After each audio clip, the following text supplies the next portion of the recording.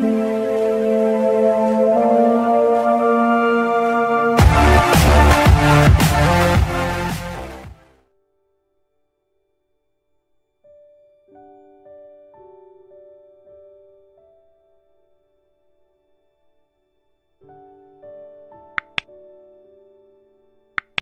datang di channel ini dan selamat hari Minggu. Sahabat-sahabatku yang terkasih, pada tahun 1946 ketika Santa Teresa dari Kalkuta melakukan perjalanan ke Darjeeling untuk mengikuti retret, ia berjumpa dengan banyak orang miskin. Di wajah mereka ia melihat tatapan Yesus yang berbisik kepadanya, "Aku haus." Injil Yohanes pasal 19 ayat 28.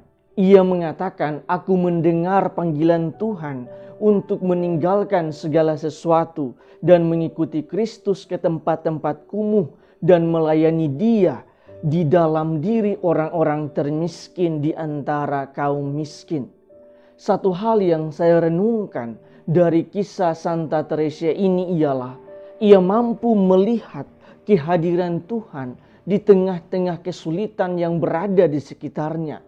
Kejernihan batin dan hatinya memampukan beliau untuk mendengarkan, bahkan melihat kehadiran Tuhan di dalam pengalaman penderitaan orang-orang yang berada di sekitarnya. Di dalam bacaan pertama, Ayub juga mengalami hal yang sama. Ia mampu mendengar suara Tuhan dari dalam angin badai. Kita tahu bersama bahwa Ayub adalah pribadi yang mengalami penderitaan yang beruntun. Ia kehilangan segala sesuatu yang ia miliki. Ia bahkan hidup sebatang kara di dalam penderitaan itu. Tetapi ia sama sekali tidak pernah menyalahkan Tuhan. Teks yang kita dengarkan pada hari Minggu ini merupakan klimaks dari kitab Ayub, yang mana sejak awal kitab ini telah menyajikan penderitaan Ayub yang tiada hentinya. Kini dari dalam angin badai, Ayub melihat kuasa kebesaran dan kedaulatan Tuhan. Di dalam bacaan Injil juga, di tengah gelora badai, Yesus memperlihatkan kuasanya. Padahal semua murid berada dalam ketakutan sehingga mereka berkata, "Guru, Engkau tidak peduli kalau kita binasa." Tetapi dengan kebesaran kuasanya, Yesus menaklukkan gelora badai. Di dalam bacaan kedua, Santo Paulus mengingatkan kita agar kita hidup di dalam Kristus. Sebab dengan demikian kita tidak lagi menilai segala sesuatu berdasarkan ukuran manusia, tetapi menilai sesuatu berdasarkan standar Allah. Sahabat-sahabatku yang terkasih, berdasarkan bacaan-bacaan hari ini, marilah kita merenungkan sejumlah remah permenungan. Pertama, semua orang Kristen akan setuju jika saya mengatakan bahwa selain Abraham, Ayub juga memiliki iman yang sangat dalam kepada Tuhan. Karena itu, di dalam permenungan saya, cara untuk mengetahui seberapa dalam iman kita ialah kita dapat melihat seberapa mampu diri kita untuk melihat kehadiran Tuhan di dalam setiap penderitaan, di dalam setiap pengalaman krisis, di dalam setiap pergumulan kita. Banyak orang terlalu mudah untuk melihat kehadiran Tuhan di dalam setiap mujizat-mujizat. Tetapi hanya sedikit orang yang bisa melihat kehadiran Tuhan di dalam pengalaman yang biasa-biasa saja. Dan lebih sedikit orang lagi yang hanya bisa melihat kehadiran Tuhan di dalam setiap pengalaman penderitaan, di dalam setiap pengalaman krisis dan pergumulan manusia.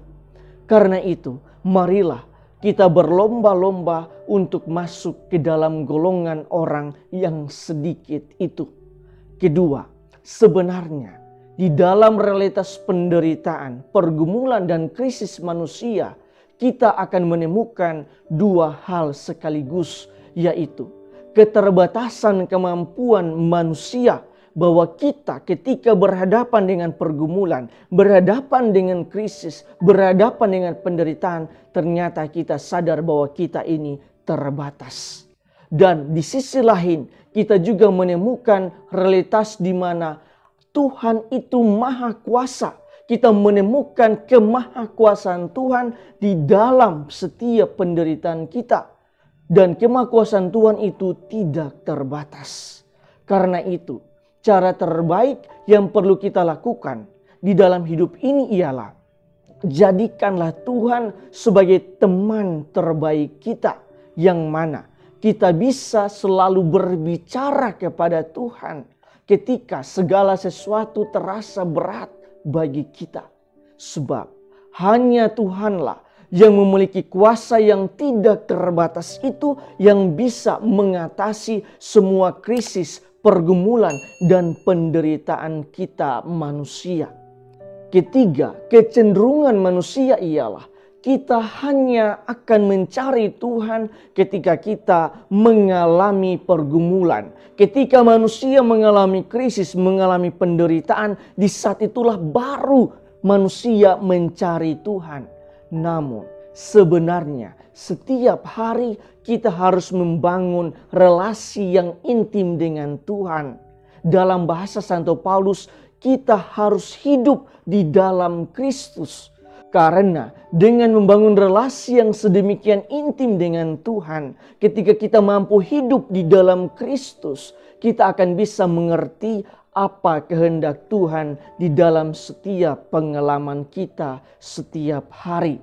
Dan jika kita juga hidup di dalam Kristus, jika kita juga mampu membangun relasi yang intim dengan Tuhan, maka kita akan mengalami ketentraman. Walaupun di tengah badai seperti para murid mengalami, tetapi karena mereka bersama dengan Kristus, maka setiap pergumulan mereka, setiap tantangan mereka, semuanya dapat diatasi.